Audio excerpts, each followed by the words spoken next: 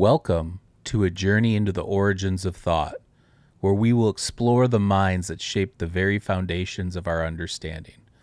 Hello, my name is Mike, and I am the host of Mind Escape Podcast. I am happy to share my new series called Masters of Rhetoric.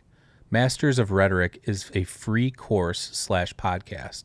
The goal is to draw from the earliest philosophers, scientists, and critical thinkers to help navigate the current technological paradigm.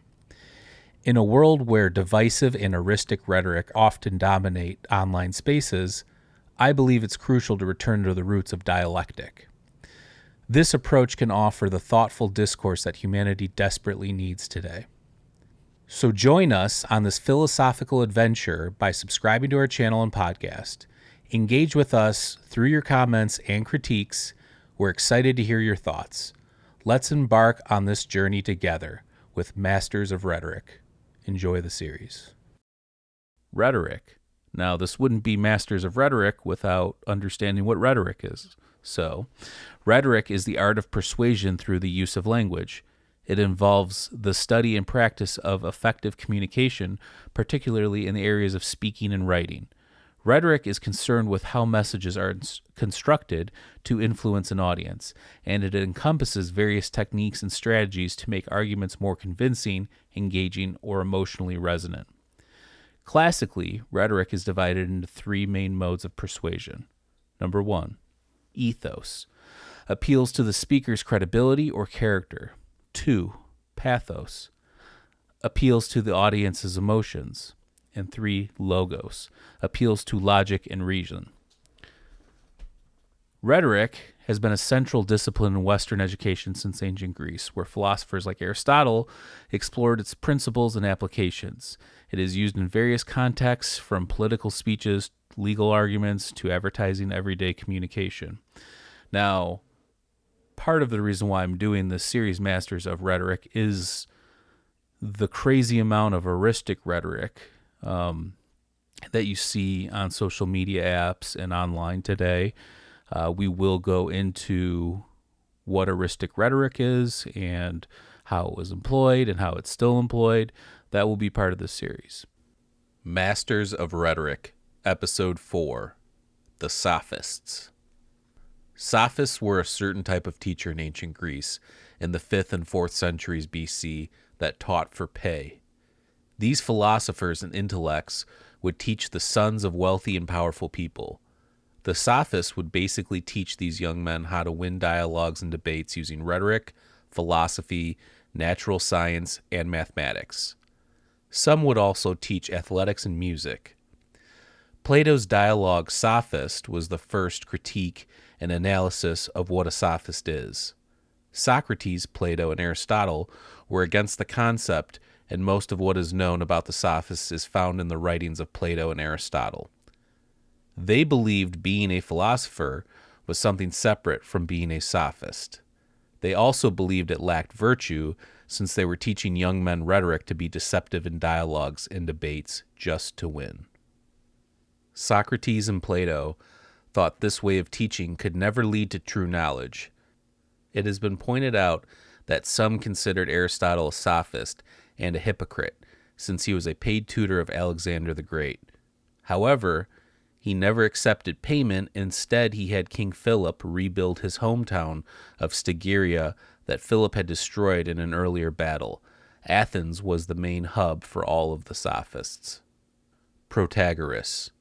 Protagoras lived between 940 BC and 920 BC.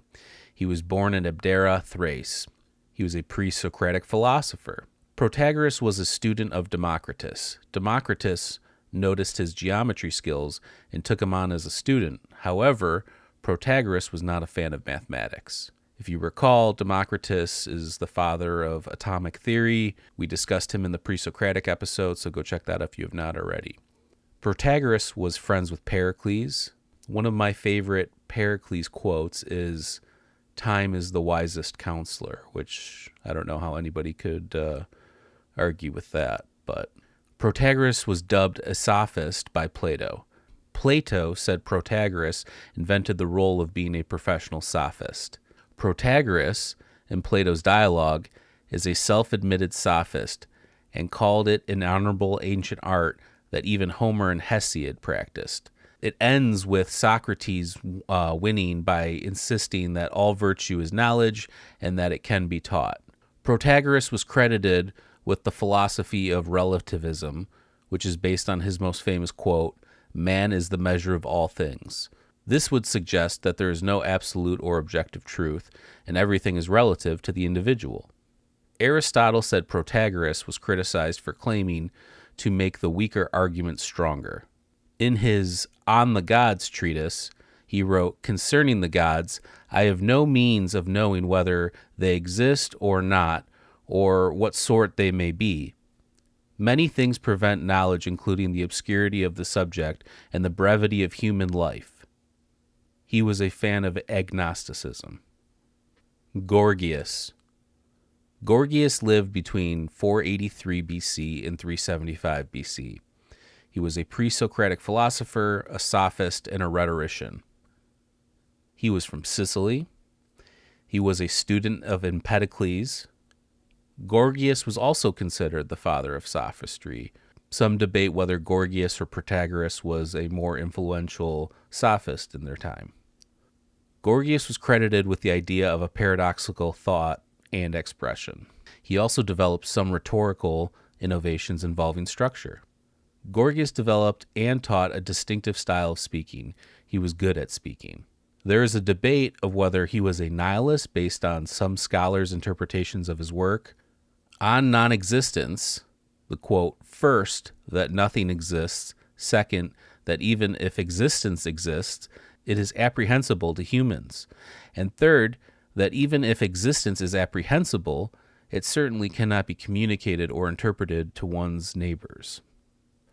His rhetorical works included Encomium of Helen, Defense of Palamedes, and Epitaphios. In Encomium of Helen, Gorgias defends Helen of Troy, which back then in the ancient world was not a popular take. Plato named one of his dialogues Gorgias based on a Socratic dialogue with Sophists at a dinner party. Lycophron. Lycophron was a student of Gorgias. He was a tragic poet and grammarian. Aristotle called him a sophist. Aristotle also mentions him in his Politics. Lycophron may have been one of the first proponents of social contact theory. Lycophron said, "Communion is the cause of the unity of knowledge and the soul." He pondered whether part and whole are one or more than one.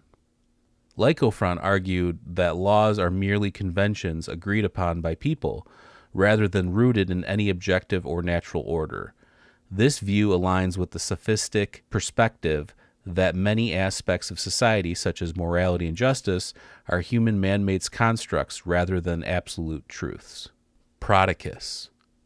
Prodicus lived from 465 BC to 395 BC. Prodicus was from Chios and came to Athens as an ambassador to teach. He was a philosopher, speaker, and sophist. Ethics and linguistics were a major part of his teachings and speeches. Some have suggested that his style influenced Socrates. Plato treated Prodicus better than any of the other sophists and had great respect for him. Prodicus is most famous for his speech, The Choice of Hercules, or Heracles, however you want to put that down. The premise is Hercules is becoming a man and must choose one of two paths of life, either virtue or vice. Prodicus believed the gods were personifications of the sun, moon, and other natural phenomena. Hippius. Hippius lived during the 5th century BC. He was a philosopher and a rhetorician. He had a wealth of knowledge. Hippius was also a peer of Socrates. He would teach and lecture on grammar, history, mathematics, poetry, and politics. Plato thought he was arrogant, self-centered, and wrote the dialogues Hippias Major and Hippias Minor based on these qualities. He was credited with the concept of natural law, the idea that natural laws are objective and universal and independent of human understanding. Some suggested that his knowledge was abundant, but was also superficial and lacked depth in these subjects. Thrumicus.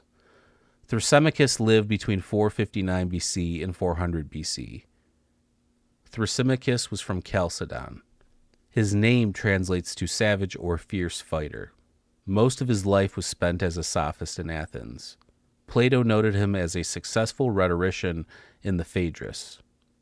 Thrumicus was also a character in Plato's Republic, who was portrayed as willing to say anything to defend his position. He also demanded payment before responding to Socrates. Aristophanes made references to him. Antifon. Antifon lived from 480 BC to 411 BC. He was from Rhamnus. Antifon was known as Antifon of Rhamnus or Antifon the Orator. He was the first of 10 Attic orators and legographers. He was active in the political scene in Athens. Antifon was a statesman and a rhetorician. Antifon may have invented giving political speeches in front of people. There is a long-standing controversy over whether he is the author of some sophistic works, including a treatise called Interpretations of Dreams. Some suggest that there was another Antifon. He was a professional speechwriter for incompetent people. Catalus. Catalus lived in the mid to late 5th century BC. Some suggest he was somewhere around the age of Socrates or Plato. According to Aristotle, who mentioned Catalus in his treatise Metaphysics, Plato was interested in Catalus's philosophy before he found Socrates. Catalus was a student and follower of Heraclitus's teachings and philosophies. In Plato's dialogue, Catalus, he and Hermogenes ask Socrates if names are natural or conventional, whether language is meaningless or do words have some sort of intrinsic connection to the things that they represent. Heraclitus had the famous quote and claimed that one cannot step twice into the same stream. Catalus took this idea even further and stated that it could not be done once, according to Aristotle. Catalus's philosophy has been influential on Eastern philosophy. The Second Sophistic. The Second Sophistic is a revival of Sophism during the 1st and 2nd centuries AD after Rome overthrew the Greek Empire at the Battle of Corinth in 146 BC. The focus was on oratory and rhetoric. There was a mix of Greek and Roman sophists. The inspiration for the Second Sophistic was obviously the first wave of sophists in ancient Greece. Some notable sophists from this period were Philostratus, Herodes Atticus, Aelius Aristides, Favorinus, Lucian, Nicetas of Smyrna, and Dio Chrysostom. Cicero blamed Plato for creating the negative attitude towards sophists. Cicero was a rhetorician and part of the revival of Sophism.